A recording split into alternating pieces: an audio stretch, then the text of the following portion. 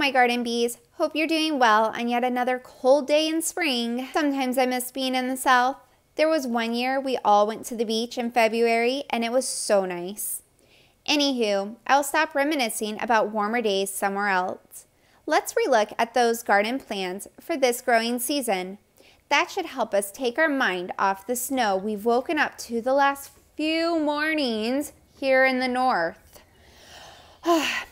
Later, I will also be sharing my favorite gardening app that has been a lifesaver when planning the layout of my garden. I made my gardening journal last year with high hopes that I would keep up with it all season. That didn't happen, partly because, well, I'm busy, but some of the pages I made last year helped me to plan this year's garden. On this page, for instance, I made a chart of all the veggies I thought I might want to plant. Then I color-coded each plant for when to start indoors and then transplant them outside.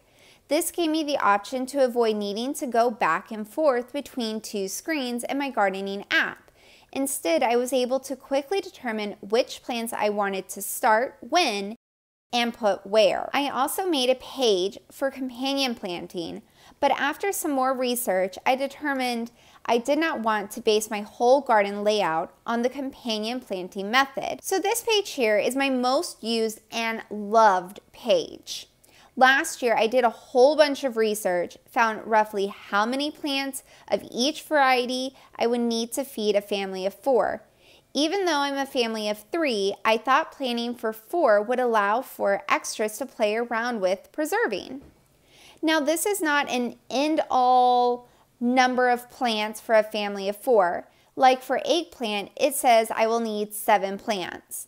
Last year, I only planted 2 and planted them 6 weeks before I should have.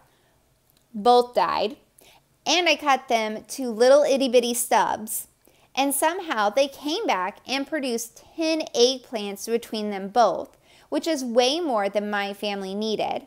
This year, I decided to just note the seeds I bought in the season they should be planted in, like cool, mild, and hot. I did more research on when to plant each type by using both my notes from last year, the gardening app, and a very nice lady's when to plant cheat sheet she posted to a Facebook group I'm part of. Then I noted the variety, when to start, and when to transplant outside for this year specifically. This has helped me greatly to plan out my cool season garden. Okay, and finally, my favorite gardening app where I like to visualize my new garden for this season. This is not sponsored in any way. I simply just love the Planner app. I believe Planter is $7.99. I purchased last year and it's a one-time fee for life, so I cannot remember the exact cost. As you have seen, this app tracks everything and it's super easy to add in new plants that may not be in the app already.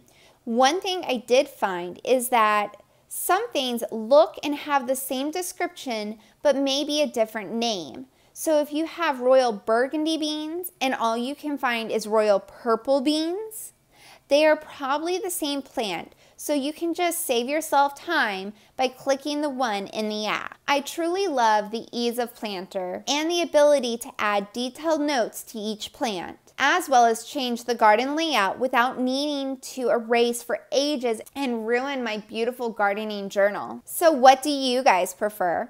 Gardening journal or a gardening app? Or do you use a little bit of both like I do? Let me know below.